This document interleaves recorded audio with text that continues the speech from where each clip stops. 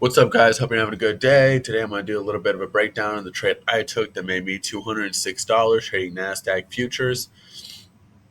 So, have the first 15-minute open range highs and lows. We had for the first 15 minutes, we had a high at around 14,349, and then we had a low at around 14,300 flat. Now, I did make some mistakes today, and I did take a really risky trade, and I want to show you guys how. I want to go show you guys the lessons I learned and what I could have done differently. So let me zoom in real quick so that way you guys can get a better picture of it. So, got rejected here when we tried to hit a higher high, pulled back down.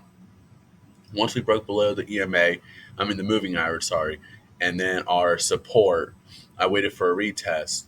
Well, as you can see, this candlestick right here, to be exact, I thought it was like sort of retesting it as like a shallow pullback, and it did for a second. And then this is when I went short. So I went short at about 301, 302, and we actually pushed back up. And I was like, hey, you know what? If we get a clean open above the EMA, I'm going to get out and cut my losses. I was down about $150, $200 at the time, and I was about to cut my loss. And then once I saw that we were getting rejected, I said, hey, you know what?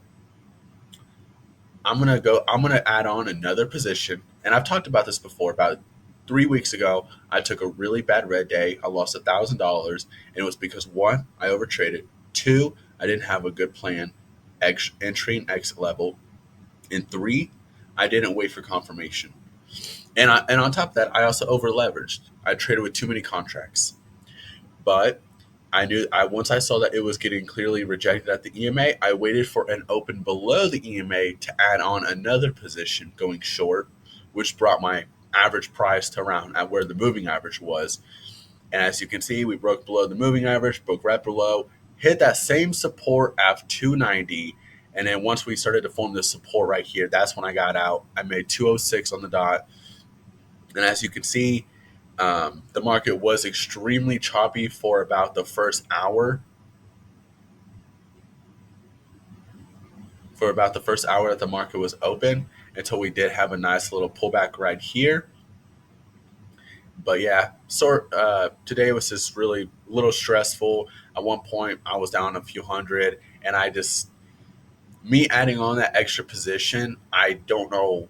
I know why I did it, because we were getting rejected. So we were trying, the way I saw it was buyers were trying to push it up. And once I saw that it was getting rejected and it was hitting a lower high, as you can see right here, we tried to hit a higher high, got rejected, bounced off this support right here, and then we tried to push it up. Bulls did, and it got rejected. So that told me that it was a lower high, which is one of the biggest reasons why I did feel so comfortable with adding on another position. But I waited not for it to just break back below, but I also waited for it to open. As you can see, we had an open below. We retested it, got rejected. I went on and I got into another contract, so I traded with two contracts today. Usually, I only trade with one because of how over leverage it is. You can easily go from being down to $300, and if you add on another contract, you could be down six, seven, $800 just like that very quickly. If I'm correct, like Nasdaq futures is like 29x leverage, so it can make a big difference, especially when it comes to losing money. You don't want to always look at the upside and be like, oh, I can make five, seven, $800. That's nice, but you also have to be very realistic with yourself and look at the downside. And the downside is, okay, I'm fine with taking a $200 or $300 loss, but am I really okay with taking a seven, $800 loss? And on top of that, I'm currently working towards, as some of you guys know, I'm working on getting a funded 50K account through TopStep, and I'm in the middle of a combine right now. And so far, I'm up $2,420. So I only have $580 to go. But the one downside is my daily loss limit for the 50K account is $1,000. So those two contracts could have put me so close to the point where my account would have just been deactivated for the day, and I would have been able to trade for the rest of the day. And on top of that, I would have lost $1,000.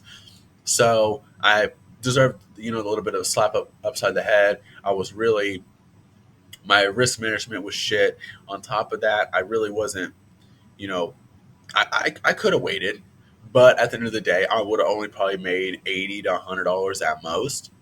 So on one hand, I can complain. I can look at a lot of downside. One, I lack patience. Two, one thing I could have done differently is waiting. Been a little bit more patient. I know it's hard sometimes, but I could have been a little bit more patient. Wait for it to actually hit a lower low, pull back to this new resistance at 300 flat, and then went short once it validated as a new resistance.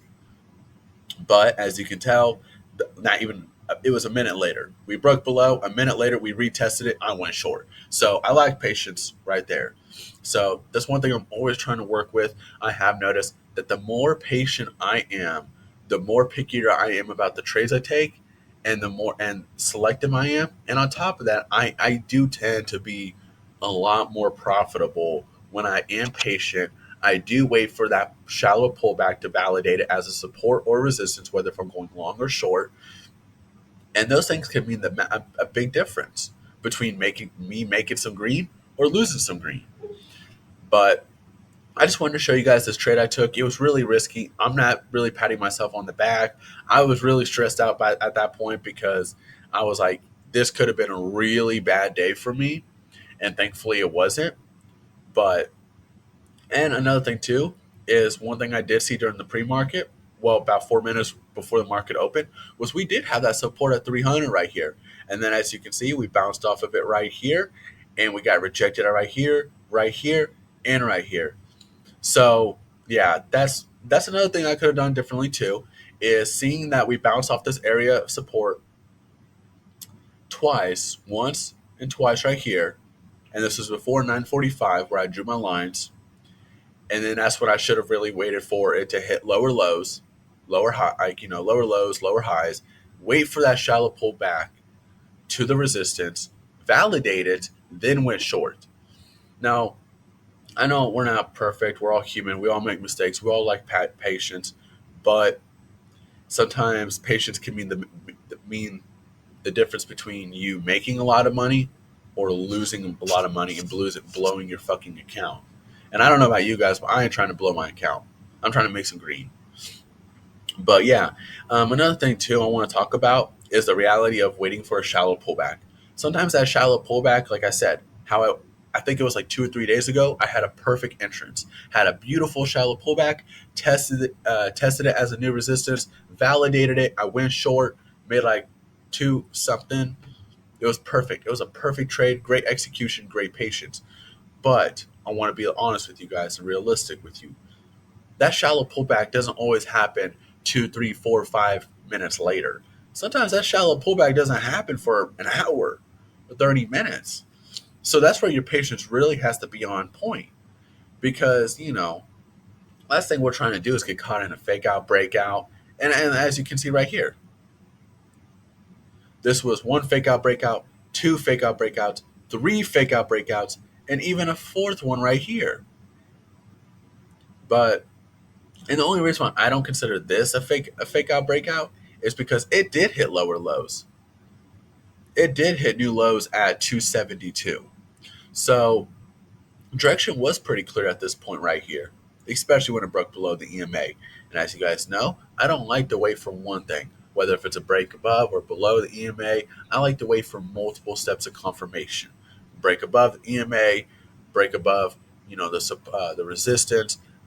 Wait for a shallow pullback. Let it validate it as the new support, and then go long, and just vice versa if I'm going short.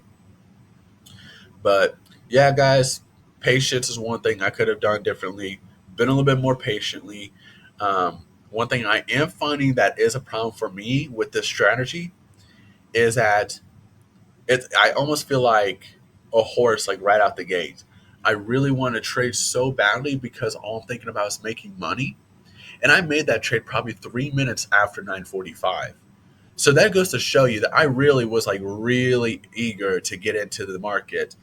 And at the end of the day, the moment you open yourself up to position, you also open up yourself to risk. So I could have definitely been more patient. The only problem with this strategy that I do find is that I do almost like find my finger on that buy market and that sell market. Like I'm almost like ready. I'm almost anticipating, like waiting for that 45 to hit, and then I can almost like justify me getting into the trade, even if direction's not even fucking clear. Like, and that's one of the worst things that can happen is a lack of patience, lack of discipline, just be ready to get into the market, not wanting to look at the dark side and be like, hey, what is the downside? Am I comfortable with losing five, $700, $800? No. Am I okay with losing $100 or $200? Yeah, sure. But I definitely want you guys to learn from my mistakes, see what I could have done differently, and just don't make the same mistakes that I did, so that way you guys can have better results. I hope you guys have a good day.